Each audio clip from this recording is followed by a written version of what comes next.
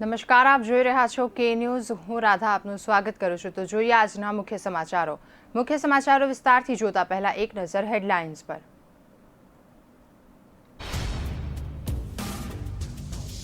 ઉત્તર ભારતમાં હીટવેવ, રાજસ્થાનમાં પારો 46 ડિગ્રી।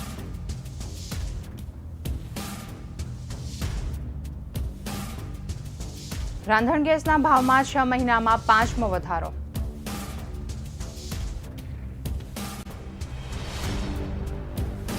ભાજપના ધારાસભ્ય હાલોલના રિસોર્ટમાંથી જુગાર રમતા પકડાયા।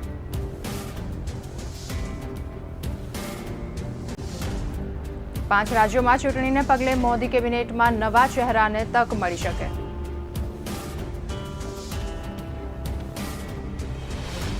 યુરોપના 9 દેશોએ ભારતની કોવિશિલ્ડ રસી લેનારાઓને પ્રવાસની મંજૂરી આપી।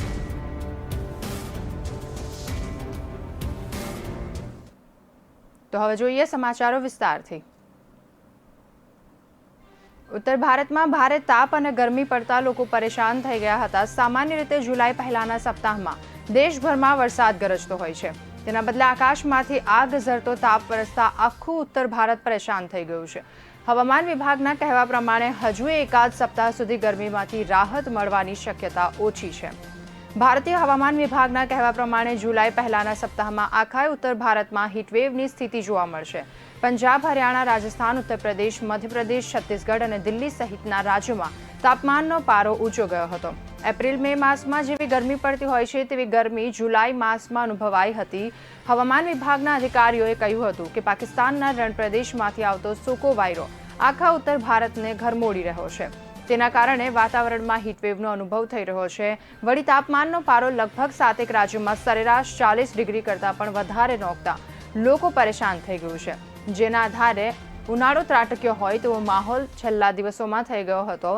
અધિકારીઓના કહેવા પ્રમાણે આમ તો દેશના ઘણા વિસ્તારોમાં ચોમાસું બેસી ગયું છે, પરંતુ હરિયાણા, પંજાબ, દિલ્હી, રાજસ્થાન, ઉત્તર પ્રદેશ, મધ્યપ્રદેશ, છત્તીસગઢ જેવા ઉત્તર ભારતના રાજ્યો ચોમાસાથી એક સપ્તાહ સુધી બાકાત રહેશે।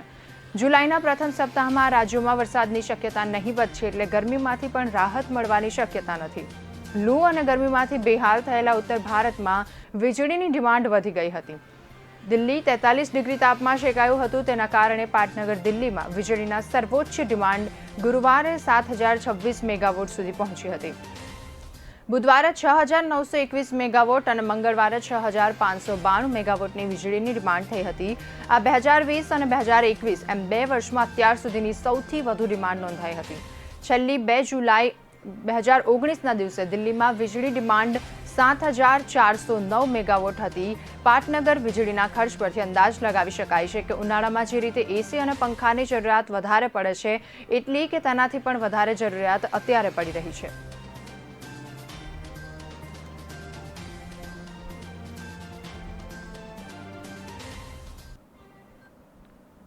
દેશમાં પેટ્રોલ અને ડીઝલના ભાવ 7મા આકાશે પહોંચ્યા છે, ત્યારે રાંધણ ગેસના સિલિન્ડરના ભાવ પણ વધારો થયો છે। દેશમાં 1 જુલાઈથી પ્રતિ 14.2 કિલો લીટરના એલપીજી સિલિન્ડર ઉપર 25.50નો વધારો થયો છે। ડિસેમ્બર 2020 પછી એલપીજીના ભાવમાં 5મી વખત નોંધાયો છે વધારો। વધુ એક વર્ષમાં એલપીજી સિલિન્ડરના ભાવમાં ₹240નો વધારો થયો છે। 31મી માર્ચે તેમાં ₹10નો સાધારણ કાપ મુકાયો હતો અને દરમિયાન ગુરુવારે પેટ્રોલ અને ડીઝલના ભાવમાં કોઈ વધારો કે ઘટાડો થયો નહોતો। કોરોના કાળમાં લોકો પેટ્રોલ અને ડીઝલ આકાશે આંબતા ભાવ તેમજ ભારે મોંઘવારીનો સામનો કરી રહ્યા છે, ત્યારે હાલમાં એલપીજી સિલિન્ડર પર રિટેલ ગ્રાહકોને કોઈ સબસિડી મળતી ન હોવાથી મધ્યમ વર્ગ પર મોંઘવારીનો બોજ વધશે। એલપીજીના આંતરરાષ્ટ્રીય બેન્ચમાર્ક અને યુએસ ડોલર તથા રૂપિયાના વિનિમય દરના આધારે પ્રત્યેક મહિનાની શરૂઆતમાં એલપીજીના ભાવમાં ફેરફાર કરવામાં આવે છે। સરકારી ઓઇલ કંપનીઓના જણાવ્યા મુજબ નવા ભાવ વધારા સાથે મુંબઈ અને દિલ્હીમાં પ્રતિ 14.2 કિલોના સિલિન્ડરનો ભાવ ₹809થી વધી ₹834.50 થયો છે। એલપીજી સિલિન્ડરનો ભાવ કોલકાતામાં 835.50 જ્યારે ચેન્નઈમાં 850.50 થયો છે। અમદાવાદમાં એલપીજી સિલિન્ડરનો ભાવ 841.50 થયો છે। ઘરેલું રાંધણ ગેસની સાથે કમર્શિયલ સિલિન્ડરના ભાવમાં પણ ₹76નો તોતિંગ વધારો થયો છે। દિલ્હીમાં 19 કિલોના કમર્શિયલ સિલિન્ડરનો ભાવ હવે 1550 થશે। દેશમાં અન્ય સ્થળો પર વિવિધ સ્થાનિક કરના કારણે તે મોંઘો થશે।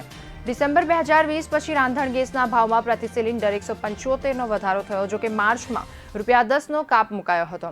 આમ ગુરુવારના ભાવ વધારા સાથે એલપીજી સિલિન્ડરના ભાવમાં 7 મહિનામાં કુલ 190, જ્યારે એક વર્ષમાં અંદાજે 240નો વધારો નોંધાયો હતો. ગ્રાહકોએ હાલ રાંધણ ગેસ બજાર ભાવે ખરીદવો પડે છે. છેલ્લા કેટલાક વર્ષોમાં કેન્દ્ર સરકારે એલપીજી સિલિન્ડર પર આપતી સબસિડીમાં ક્રમશઃ ઘટાડો કર્યો છે. પરિણામે મે 2020થી મેટ્રો અને મોટા શહેરોમાં લોકો એલપીજી પર કોઈ સબસિડી અપાતી નથી.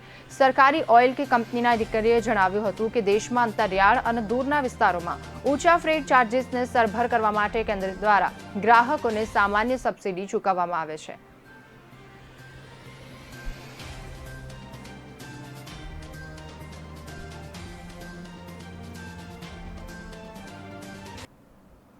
હાલોલ તાલુકાના શિવરાજપુર પાસે આવેલા જામીરા રિસોર્ટમાં દારૂની મહેફિલ અને જુગારધામ ચાલી રહ્યું હોવાની બાતમી એલસીબી અને પાવાગઢ પોલીસને મળી હતી, જેથી એલસીબી અને પાવાગઢ પોલીસે છાપો મારતા માતરના ભાજપના ધારાસભ્ય 7 મહિલા સહિત 21 લોકો મળી આવતા પોલીસે આ તમામ સામે જુગાર અને પ્રોહિબિશન એક્ટ હેઠળ ગુનો નોંધી અટકાયત કરી હતી. પોલીસ રેડમાં સત્તાધારી ભાજપ પક્ષના ધારાસભ્યની અટકાયત કરવામાં આવતા આ બાબત હાલ રાજકીય છાવણીમાં ભારે ચર્ચાનો વિષય બની છે. પોલીસે દારૂની 9 બોટલો પણ કબજે કરી હતી. પંચમહાલ હાલોલ તાલુકાના શિવરાજપુર નજીક આવેલા જીમીરા રિસોર્ટમાં કેટલાક શખ્સો દ્વારા અને જુગારની પાર્ટી માણી રહ્યા હોવાની બાતમી પોલીસને મળી હતી, એટલે કે એલસીબી અને પીઆઈ ડીએન ચુડાસમા અને પાવાગઢ પોલીસે રેડ પાડી હતી. પોલીસે રિસોર્ટમાં ચાલી રહેલી પાર્ટીમાં સામેલ લોકોની પૂછપરછ કરતા તેમાં માતર વિધાનસભાના ભાજપના ધારાસભ્ય કેસરીસિંહ સોલંકી હોવાનું સામે આવ્યું હતું. પાર્ટીમાં ભાજપના ધારાસભ્ય કેસરીસિંહ અને તેમના મિત્રો સામેલ હતા. પોલીસે ધારાસભ્ય 7 મહિલા સહિત કુલ 21 લોકોની અટકાયત કરી હતી.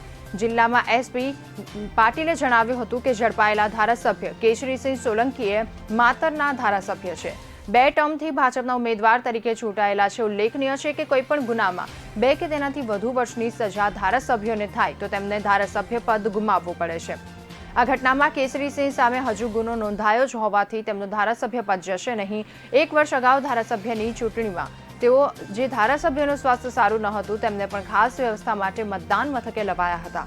તે સમયે માતાના ધારાસભ્ય કેસરીસિંહ સોલંકીને છાતીમાં દુખાવાને કારણે હોસ્પિટલમાં દાખલ કરાયા હતા અને એ સમયે મતદાન કેન્દ્ર પર એમ્બ્યુલન્સમાં લઈ જવાયા હતા, પરંતુ તેમણે પોસ્ટલ બેટલથી મતદાન કર્યું હતું.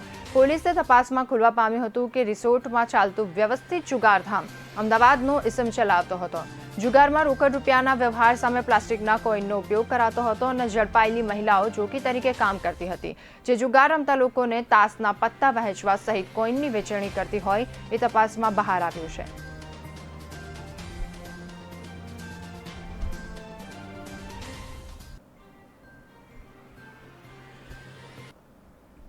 ચીનના શાસક કમ્યુનિસ્ટ પાર્ટી ઓફ ચીને ગુરુવારે ઐતિહાસિક ટિયાનમેન ખાતે શતાબ્દી સમારંભની ઉજવણી કરી હતી.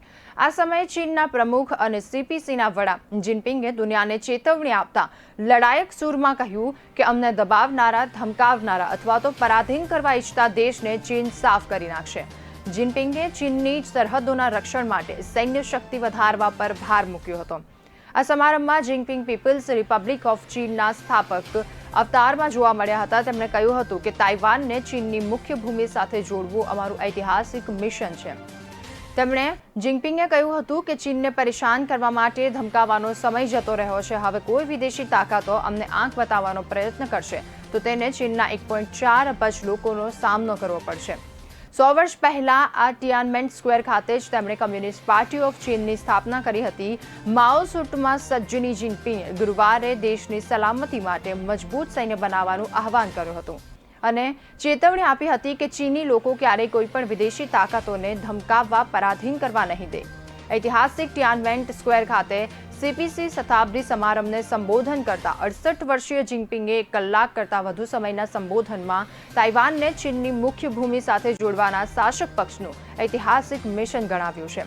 અમેરિકાના ભૂતપૂર્વ પ્રમુખ ડોનાલ્ડ ટ્રમ્પ અને તેમના ઉત્તરાધિકારી જો બાઇડન ચીન પ્રત્યે આકરી નીતિ અપનાવી છે અને વેપાર, માનવ અધિકારીઓ તથા કોરોનાની ઉત્પત્તિ જેવા મુદ્દાઓ પર ચીનને નિશાન બનાવ્યું છે. અમેરિકા અને તાઇવાનનો ઉલ્લેખ કર્યા વિના શી જિનપિંગે કહ્યું હતું કે કોઈ પણ પોતાની રાષ્ટ્રીય સંપ્રભુત્તા, પ્રાદેશિક અખંડતાનું રક્ષણ કરવા માટે ચીનના લોકોના મહાન સંકલ્પ, દ્રઢ ઈચ્છાશક્તિ અને અસાધારણ ક્ષમતાને ઓછા આંકવા જોઈએ નહીં. આપણે રાષ્ટ્રીય રક્ષા અને શસ્ત્ર દળોના આધુનિકીકરણમાં ગતિ લાવવી જોઈએ.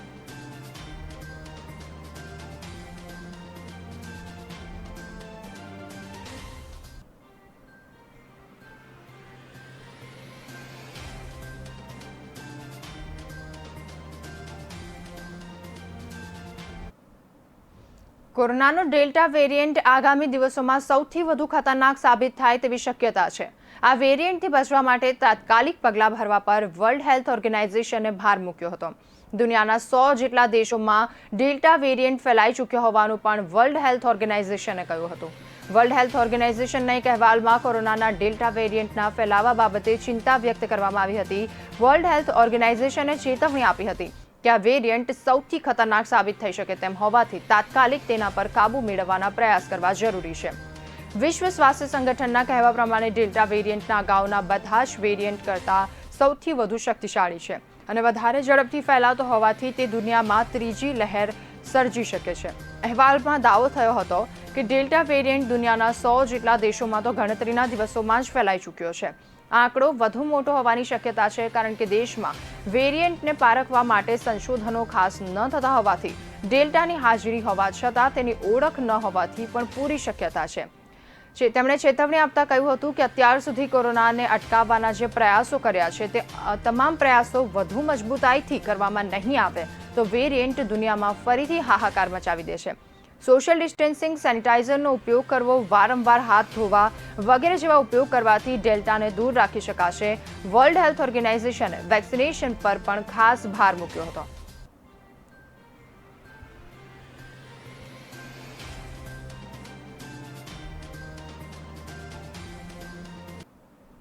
હાલ સમય થયો છે એક વિરામનો. વિરામ બાદ ફરી મળીશું.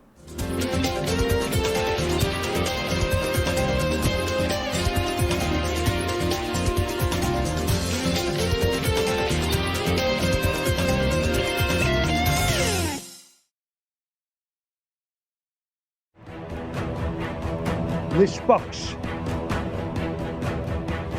बेखौफ, बेबाक, तेज तर्रार, तीखे सवाल, बात मुद्दे की. देखते रहिए जलपाक क्षत्रिय के साथ दंगल देश का.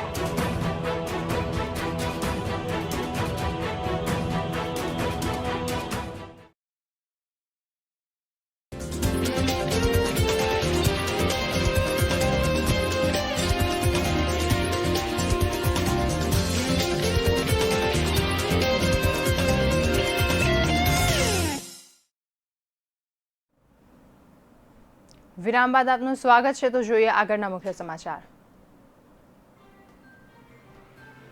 વડાપ્રધાન નરેન્દ્ર મોદીની કેબિનેટમાં આગામી 3 દિવસમાં વિસ્તરણની સંભાવના છે. કેબિનેટ વિસ્તરણમાં ખરાબ દેખાવ કરનારા અનેક મંત્રીઓની હાલપટ્ટી થઈ શકે છે. આગામી વર્ષ 5 રાજ્યોમાં ચૂંટણીને ધ્યાનમાં રાખી નવા ચહેરાઓને તક મળી શકે છે. કેન્દ્રમાં 81 મંત્રીઓ બનાવી શકાય છે અને હાલ સરકારમાં 53 મંત્રી છે, એટલે કે 28 મંત્રીઓનો સમાવેશ થઈ શકે.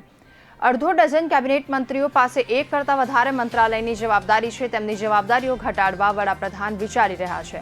હાલમાં મોદી સરકારના 9 મંત્રી એવા છે જેમની પાસે એક કરતાં વધારે વિભાગો છે, જેમાં પ્રકાશ જાવડેકર, પિયુષ ગોયલ, ધર્મેન્દ્ર પ્રધાન, નીતિન ગડકરી, હર્ષવર્ધન, નરેન્દ્રસિંહ તોમર, રવિશંકર પ્રસાદ, સ્મૃતિ ઈરાની અને હરદીપસિંહ પુરીના નામનો સમાવેશ થાય છે. સૂત્રો મુજબ 2 વર્ષ પછી મોદી કેબિનેટમાં મોટો ફેરફાર થશે, જેમાં ખરાબ દેખાવ કરનારા અનેક મંત્રીઓની હાકલપટ્ટીની પણ શક્યતા છે. સૂત્રો મુજબ કેબિનેટના 30 થી 35% ચહેરા બદલાઈ શકે છે, જેમાં કેબિનેટના 21 મંત્રી છે જેમની સંખ્યા વધી શકે છે. વધુમાં 9 સ્વતંત્ર પ્રભાવ ધરાવે છે, જ્યારે 23 રાજ્યમંત્રી છે જેમની સંખ્યા પણ વધી શકે છે. સંભવિત મંત્રીઓમાં સર્વાનંદ સોનોવાલ અને જ્યોતિરાદિત્ય સિંધિયાના નામ મુખ્ય છે.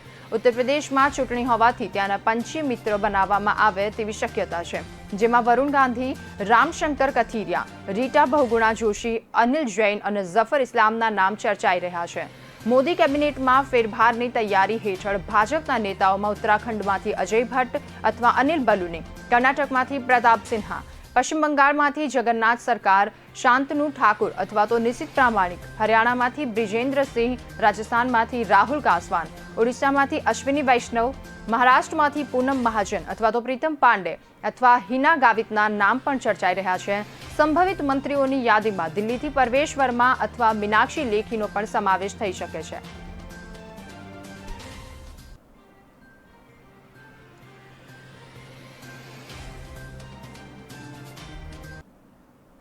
સુપ્રીમ કોર્ટે ગુરુવારે પશ્ચિમ બંગાળમાં ચૂંટણી પછીની હિંસાને કારણે કાયદો અને વ્યવસ્થાની કથળતી સ્થિતિને ધ્યાનમાં રાખવાની રાજ્યમાં રાષ્ટ્રપતિ શાસન લાદવા મુદ્દે કેન્દ્રનો જવાબ માંગ્યો છે. પશ્ચિમ બંગાળમાં 2 મેના રોજ વિધાનસભા ચૂંટણીના પરિણામો જાહેર થયા પછી પણ રાજ્યમાં રાજકીય હિંસા ચાલુ રહેતા આ મુદ્દે દરમિયાનગીરી કરતા રહેતા સુપ્રીમ કોર્ટમાં એક અરજી દાખલ થઈ છે. આ સુનાવણીની તારીખ કરતા સુપ્રીમ કોર્ટે ચૂંટણી પંચ અને પશ્ચિમ બંગાળને પણ નોટિસ પાઠવી છે. સુપ્રીમ કોર્ટમાં દાખલ થયેલી અરજીમાં પશ્ચિમ બંગાળને આંતરિક સંઘર્ષથી બચાવવા અને રાજ્યમાં સામાન્ય સ્થિતિ લાવવા માટે વહીવટીતંત્રની મદદથી સશસ્ત્ર અને અર્ધસૈન્ય દળોની નિમણૂક કરવા માટે કેન્દ્ર નિર્દેશ આપવાની પણ માંગણી કરાઈ છે. આ ઉપરાંત અરજીમાં પશ્ચિમ બંગાળની ચૂંટણી પછી હિંસાના કારણોની તપાસ માટે સ્પેશિયલ ઇન્વેસ્ટિગેશન ટીમ સ્થાપવા માટે દોષિતોની ઓળખ કરી તેમને દંડ કરવાની પણ માંગણી કરાઈ છે. રાજ્યમાં ચૂંટણી પછીની હિંસામાં ભોગ બનેલા લોકો અને તેમના પરિવારોને વળતર આપવાની પણ માંગણી કરાઈ છે. ન્યાયાધીશો વિનીત સરન અને દિનેશન માહેશ્વરીની બેન્ચે આ અરજી પર કેન્દ્ર સરકાર, પશ્ચિમ બંગાળ સરકાર અને ચૂંટણી પંચને નોટિસ પાઠવી છે. ઉત્તર પ્રદેશ સ્થિત વકીલ રંજના અગ્નિહોત્રી અને સામાજિક કાર્યકર જીતેન્દ્ર સિંહે પશ્ચિમ બંગાળમાં ચૂંટણી પછીની હિંસાની નિષ્પક્ષ તપાસ કરવા માટે સુપ્રીમ કોર્ટમાં અરજી દાખલ કરી હતી. બેન્ચે આ અરજીના સંદર્ભમાં પ્રતિવાદી 1 કેન્દ્ર સરકાર, પ્રતિવાદી 2 પશ્ચિમ બંગાળ સરકાર, પ્રતિવાદી 3 ચૂંટણી પંચને નોટિસ પાઠવી હતી. જો કે બેન્ચે પ્રતિવાદી 4 તૃણમૂલ કોંગ્રેસને પ્રમુખ તરીકે મમતા બેનર્જીને નોટિસ પાઠવી હતી અને અરજીમાં જણાવ્યું હતું કે વિધાનસભા ચૂંટણી દરમિયાન વિપક્ષ ભાજપને ટેકો આપવા બદલ તૃણમૂલ કોંગ્રેસના કાર્યકરો દ્વારા રાજ્યના હજારો નિવાસીઓને મારવા, દંડિત કરવા અને પરેશાન કરવામાં આવી રહ્યા છે. અરજીમાં જણાવાયું છે કે પશ્ચિમ બંગાળમાં મુસ્લિમો દ્વારા મોટે ભાગે હિન્દુઓને પરેશાન કરાવે છે. તેમના વર્ષો સુધી રાજ્યમાં તેમની પસંદગીમાં પક્ષનું શાસન ચાલી રહે તે માટે ભાજપને સમર્થન કરવાનો બદલો લેવા હિન્દુઓ પર હુમલા કર્યા છે. રાજ્યમાં 2 મેના રોજ વિધાનસભા ચૂંટણીના પરિણામો જાહેર થવાની સાથે જ તૃણમૂલ કોંગ્રેસના કાર્યકરો અને સમર્થકોએ ભારે અરાજકતા સર્જી હતી. વિધાનસભા ચૂંટણીમાં ભાજપનું સમર્થન કરવા બદલ હિન્દુઓમાં ઘરો અને મિલકતોને આગ લગાડી દીધી હતી, લૂંટ ચલાવી હતી, તેમની વસ્તુઓની તોડફોડ કરી હતી. અરજીમાં જણાવ્યા મુજબ ભાજપના કાર્યકરો અને સમર્થકોમાં આતંક ફેલાવવા બદલ પક્ષના 15 કાર્યકરો, સમર્થકોએ જીવ ગુમાવવો પડ્યો છે અને સંખ્યાબંધ લોકો ઇજાગ્રસ્ત થયા હતા.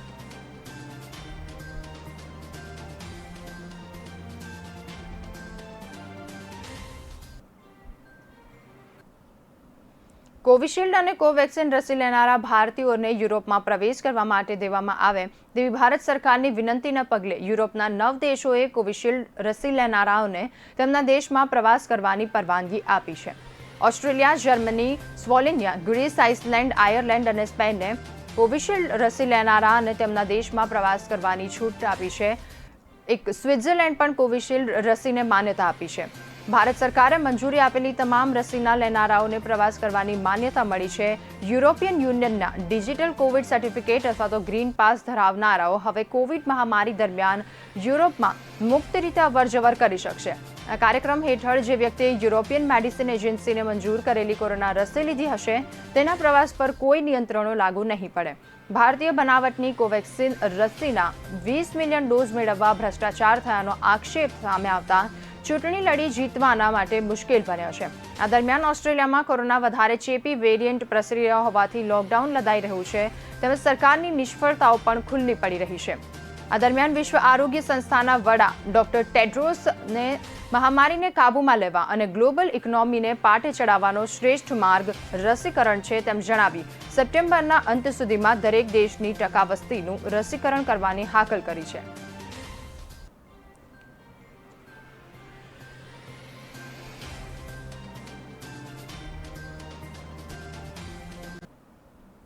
દેશમાં કોરોનાના આજે 48,786 કેસો નોંધવામાં આવ્યા હતા અને આ સાથે જ ભારતમાં કુલ કોરોના કેસોની સંખ્યા 3 કરોડને પાર થઈ ગઈ છે। તેમજ કેન્દ્રીય આરોગ્ય મંત્રાલયે એક નિવેદનમાં જણાવ્યું છે કે કોરોનાને કારણે વધુ 1005 લોકોના મોત થતા અત્યાર સુધીમાં કુલ મૃત્યુઆંક 3,99,459 થયો છે। 10માં વેક્સિન લેનારાઓની સંખ્યા વધી 33.57 કરોડ થઈ છે। છેલ્લા 24 કલાકમાં 19,21,450 કોરોના ટેસ્ટ કરવામાં આવ્યા હતા અને સતત 49માં દિવસે નવા કેસો કરતાં સાજા થયેલા લોકોની સંખ્યા વધારે છે।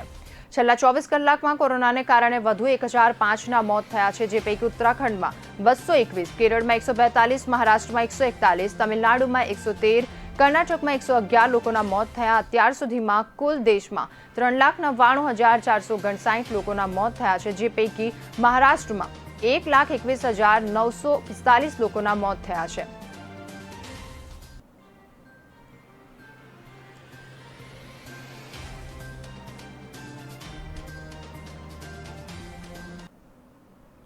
અમેરિકા અને કેનેડાના ઘણા પ્રદેશોમાં આગ ઓગતી ગરમી પડવાનું શરૂ થતાં હજારો લોકો પ્રભાવિત થયા હતા। મૃત્યુઆંક વધી 486 થયો હતો। કેનેડામાં જ વધારે 100 લોકોના મોત હીટવેવના કારણે થયા હતા। અમેરિકાના ઓરેગોનમાં વધુ 60ના મોત ગરમીથી થયા હતા। અમેરિકાના ઘણા ભાગોમાં ભયાનક હીટવેવથી જનજીવન બેહાલ બન્યું હતું। ઉત્તર પશ્ચિમના આ હીટવેવથી હજારો લોકો પર જીવનું જોખમ મંડરાઈ રહ્યું છે। કેનેડા, ઓરેગોન અને વોશિંગ્ટનમાં હજારો લોકો આ હીટવેવથી પ્રભાવિત થયા હતા। કેનેડાના બ્રિટિશ કોલંબિયા પ્રાંતમાં હીટવેવથી હાહાકાર મચ્યો છે। હીટવેવથી કેનેડામાં આટલા મોટી પ્રમાણમાં લોકો મૃત્યુ પામ્યા હોય તેવું પ્રથમ વખત બન્યું છે અને કેટલાક સ્થળોએ તાપમાનનો પારો 45થી 50 ડિગ્રી નોંધાયો હતો। ભારે તાપના કારણે અમેરિકા કેનેડાના ઘણા પ્રાંતોમાં શાળા, કોલેજો અને વેક્સિનેશન સેન્ટર બંધ રખાયા હતા। હેલ્થ અધિકારીઓએ કહ્યું હતું કે હીટવેવથી વધુ 60ના મોત થયા હતા અને આ લોકોના મોત નોંધાયા હતા। વોશિંગ્ટનમાં ગરમીને કારણે 20 લોકોના મોત થયાનું કહેવાયું હતું। જો કે આંકડો ઘણો મોટો હોવાની દહેશત પણ વ્યક્ત થઈ રહી છે। કેનેડાના બ્રિટિશ કોલંબિયાના પ્રાંતના અધિકારીએ કહ્યું હતું કે છેલ્લા 5 દિવસમાં 165 લોકોએ ગરમી સામે દમ તોડી દીધો હતો। બ્રિટિશના કોલંબિયાના અધિકારીઓએ કહ્યું હતું કે હીટવેવના કારણે ખરેખર કેટલા લોકો મૃત્યુ પામ્યા છે તેનો આંકડો મળતા સમય લાગશે। ધારણા કરતાં વધુ લોકો આ આકરી ગરમીનો ભોગ બન્યા હોવાની શક્યતા છે।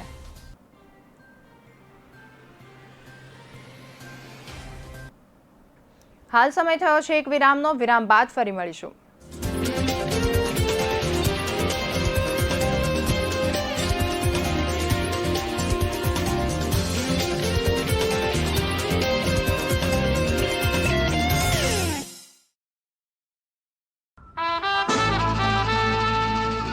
के रेडियो माहिती, मनोरंजन और मस्ती का ट्रायो। के रेडियो कहीं भी कभी भी, दिन हो मंगलमय से लेकर गुजरा हुआ जमाना तक का सफर। के रेडियो आप सुन रहे हो के रेडियो। जल्द शुरू हो रहा है के न्यूज की सुरीली भेंट। के रेडियो आप सुन रहे हो के रेडियो कहीं भी कभी भी। आप हमें डाउनलोड कर सकते हैं। लाइक कीजिए, कमेंट कीजिए, सब्सक्राइब कीजिए और सुनिए के रेडियो कहीं भी कभी भी। मैं हूँ आपकी आरजे जल्पा। रे रे रे रे मारी सवार, ये गाना सुना ही होगा आपने। चलो सुबह हो गई, मस्ती की कश्ती, दिन का सफर सुहाना, एक शहर एक नजर, जनवाणी, सुनहरी दोपहरी, ये शाम मस्तानी, ढल गया दिन, नगमों की बारात, गुजरा हुआ जमाना, फिर वही रात है, मनोरंजन, माहिती और मस्ती के साथ। आप सुन रहे हो के रेडियो कहीं भी कभी भी।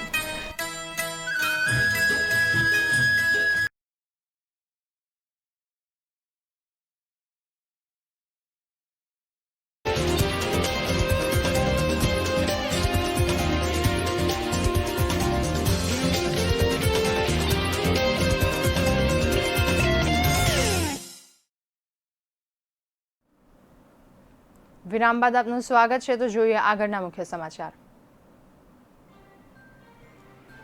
દિલ્હીની અરવિંદ કેજરીવાલ સરકારે ખાનગી શાળાઓ દ્વારા મનસ્વીપણે ફી વસૂલવા અંગે મોટો નિર્ણય લીધો છે।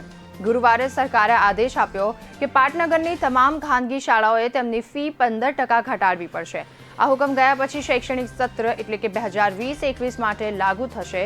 સરકારના આદેશમાં એવું પણ કહેવામાં આવ્યું છે કે જો શાળાઓએ વાલી પાસેથી વધુ ફી લે છે તો તેઓને નાણાં પાછા આપવાના રહેશે અથવા આવતા વર્ષની ફીમાં તેને એડજસ્ટ કરવાના રહેશે. કોરોના રોગચાળામાં યુગમાં અરવિંદ કેજરીવાલ સરકારના નિર્ણયથી માતા પિતા માટે રાહતરૂપ બન્યું છે. ગુરુવારે ડેપ્યુટી સીએમ મનીષ સિસોદિયાએ કહ્યું હતું કે કોરોના સંકટમાં જ્યારે માતા પિતા આર્થિક સંકટનો સામનો કરી રહ્યા છે ત્યારે ફીમાં 15% ઘટાડો તેમના માટે મોટી રાહતરૂપ છે. સરકારે તો તેમનો હુકમ આપ્યો છે કે જો કોઈ શાળાએ વાલી પાસેથી વધુ ફી લીધી હોય તો આગામી વર્ષોમાં શાળાઓએ પૈસા પાછા આપવાના અથવા તો તેને એડજસ્ટ કરવા પડશે. આ ઉપરાંત માતા પિતાની આર્થિક તંગીના કારણે બાળકની બાકી ફી ચૂકવી ન શકવાથી આ સ્થિતિમાં શાળા સંચાલન વિદ્યાર્થીઓને શાળાની કોઈ પણ પ્રવૃત્તિઓમાં ભાગ લેવાથી રોકી શકશે નહીં. સરકારનો આદેશ તમામ 460 ખાનગી શાળાઓને લાગુ પડે છે, જેમણે હાઈકોર્ટમાં અપીલ કરી હતી અને અન્ય તમામ સ્કૂલોએ ફી સંબંધિત એક સમાન હુકમનું પાલન કરવું પડશે, જે દિલ્હી સરકારે 18 એપ્રિલ 2020 અને 28 એપ્રિલ 2020ના રોજ જાહેર કર્યો હતો.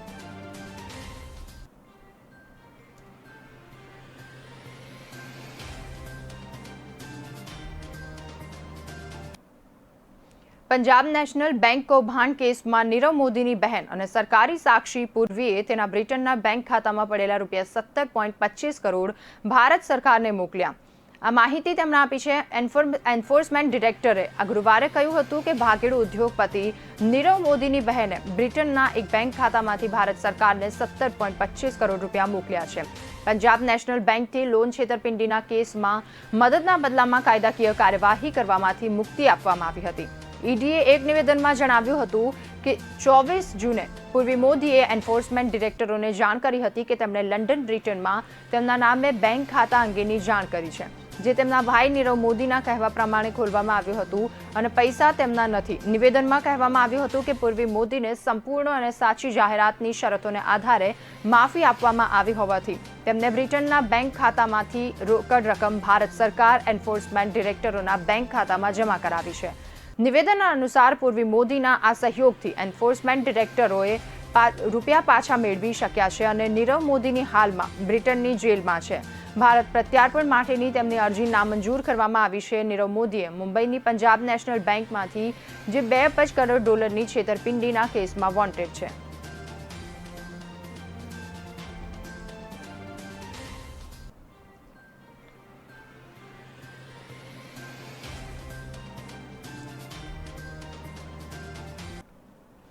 કેનેડાના બ્રિટિશ કોલંબિયા પ્રાંતમાં આવેલા લિટોલ ગામ એક નાનું એવું ગામ ભયાનક આગમાં લગભગ ખાક થઈ ગયું હોવાના અહેવાલો મળ્યા છે.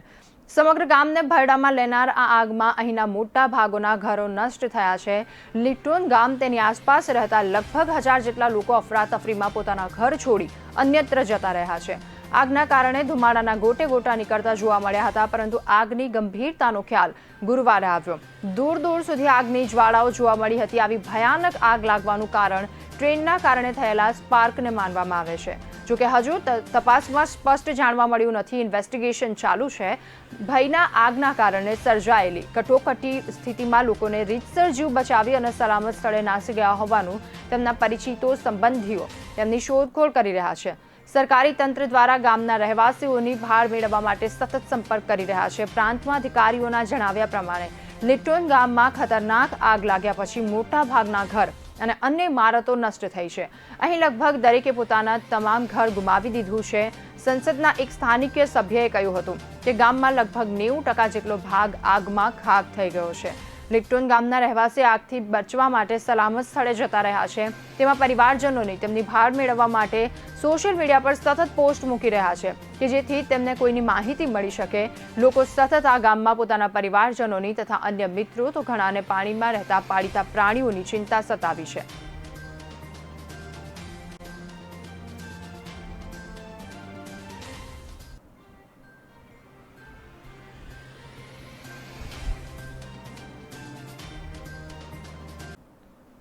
કોરોના મહામારીને કારણે ગત વર્ષે ભગવાન જગન્નાથજીની રથયાત્રા મંદિર પરિસરમાં યોજવામાં આવી હતી. જો કે આ વર્ષે ભગવાન જગન્નાથજીની 144મી રથયાત્રા કાઢવામાં સંપૂર્ણપણે તૈયારીઓ મંદિર અને સરકાર કરી રહી છે. કોરોનાની સ્થિતિ જોઈ વધુ લોકોની ભીડ ન થાય તે માટે મર્યાદિત લોકોની હાજરીમાં ઝડપથી રથયાત્રા કરી અને મંદિર પરત આવે તેવું આયોજન થઈ રહ્યું છે. ઝડપથી રથયાત્રા ફરી નિજ મંદિર પરત લાવવા માટે ખલાસીઓને સૂચના આપી દેવામાં આવી હોવાનું સૂત્રોએ જણાવ્યું છે. 5 કિલોમીટર પ્રતિ કલાકની ઝડપે રથ ચલાવી રથયાત્રા પૂર્ણ કરાય તેવું આયોજન કરવામાં આવી રહ્યું છે. ટ્રેક્ટર મારફતે રથને ખેંચે તો રથને નુકસાન થઈ શકે છે. રથ કેટલીક જગ્યાએ અટવાઈ જાય તો ખલાસીઓ ભાઈઓ જ રથ ખેંચી અને પરત લઈ જવા પડશે. ખલાસી કૈલાશભાઈએ જણાવ્યું હતું કે રથ ટ્રેક્ટર મારફતે ખેંચી કોઈ પણ ન લઈ જઈ શકે. રથને હાથેથી ખેંચીને જ લઈ જઈ શકાય છે. ખલાસીઓની ઝડપથી રથ ખેંચવાની પૂરી તૈયારી છે. જો રથ ભીડ અને લોકો વગર આગળ વધે તો 5 કિલોમીટર પ્રતિ કલાકની ઝડપે ચાલી શકે તેવી તૈયારીઓ છે, જેમાં માત્ર 2 થી 3 જગ્યાએ 5 મિનિટનો વિરામ લઈ શકાય. 5 કલાકથી પણ ઓછા સમયમાં રથયાત્રા નિજ મંદિર પરત આવી શકે છે. 1200માંથી 120 કયા ખલાસીઓ લેવા તે નક્કી કરવા માટે 2 દિવસમાં સમાજના આગેવાનોની મીટિંગ મળશે, જેમાં નક્કી કરવામાં આવ્યું છે કે કેવા ખલાસીઓ રથ ખેંચવામાં ભાગ લેશે. શારીરિક રીતે તંદુરસ્ત હોય તથા વેક્સિન લીધી હોય અને રથ ખેંચવામાં અનુભવ વધારે હોય તેવા લોકોને રથ ખેંચવાની યાદીમાં સામેલ કરવામાં આવશે. વર્ષ 1950માં ભગવાનના રથ તૈયાર કરવામાં આવ્યા હતા. તમામ રથને 52ના લાકડાથી તૈયાર કરવામાં આવ્યા હતા, જેમાં તમામ પૈડાઓની વચ્ચે મજબૂતાઈ વધે તે માટે લોખંડની પ્લેટો નાખવામાં આવી છે. જો વધારે સ્પીડમાં રથ ચાલે તો 1 ફૂટના ખાડામાં પૈડા પડે તો તૂટવાની શક્યતા વધારે છે, જેથી યોગ્ય રીતે બહુ ઝડપી પણ રથ ન દોડાવી શકાય. વર્ષ 1992 બાદ એકવાર પણ ભગવાનના રથના પૈડાઓ તૂટ્યા નથી. વર્ષ 1990માં જગન્નાથજી અને સુભદ્રાજીના રથમાં 12 પૈડા હતા.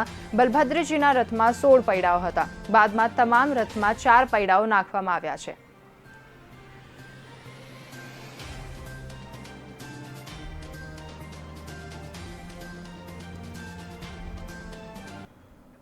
Indian railway catering and tourism કોર્પોરેશનની અમદાવાદ ઓફિસે 3 ભારત દર્શન ટ્રેન અને તીર્થયાત્રા ટ્રેનની જાહેરાત કરી છે. ગુજરાતમાં લોકો માટે જાહેર કરાયેલી આ તમામ 6 ટ્રેનો રાજકોટથી શરૂ થશે, જ્યારે સુરેન્દ્રનગર, વિરગામ, સાબરમતી, નડિયાદ, આણંદ અને વડોદરાના પેસેન્જરો ટ્રેનમાં બેસી શકશે. સ્લીપર અને થર્ડ એસી કોચમાં મુસાફરી દરમિયાન પેસેન્જરોને ચા, નાસ્તો, પોર્ટર, રાત્રિ ભોજન, માર્ગમાં પરિવહનની સુવિધા, કોચ સુરક્ષા, ગાર્ડન સુવિધા, સફાઈ કર્મચારીઓની સાથે કોચમાં અનાઉન્સમેન્ટની સુવિધાઓ પણ ઉપલબ્ધ કરવામાં આવશે. જનરલ મેનેજર વાયુનંદ શુક્લાએ જણાવ્યું કે પેસેન્જરોના આરોગ્ય સેતુ એપ ડાઉનલોડ કરવાની રહેશે. એ જ રીતે ટ્રેનમાં મુસાફરી માટે વેક્સિન લેનાર લોકોને ટ્રેનમાં પ્રાથમિકતા આપવામાં આવશે.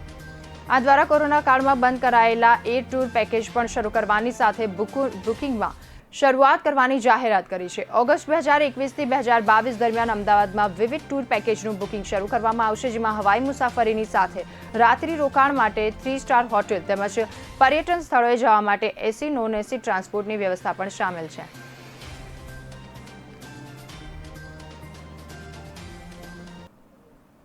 સમાચારોમાં હાલ બસ આટલું જ. વધુ સમાચાર માટે જોતા રહો કે ન્યૂઝ. નમસ્કાર.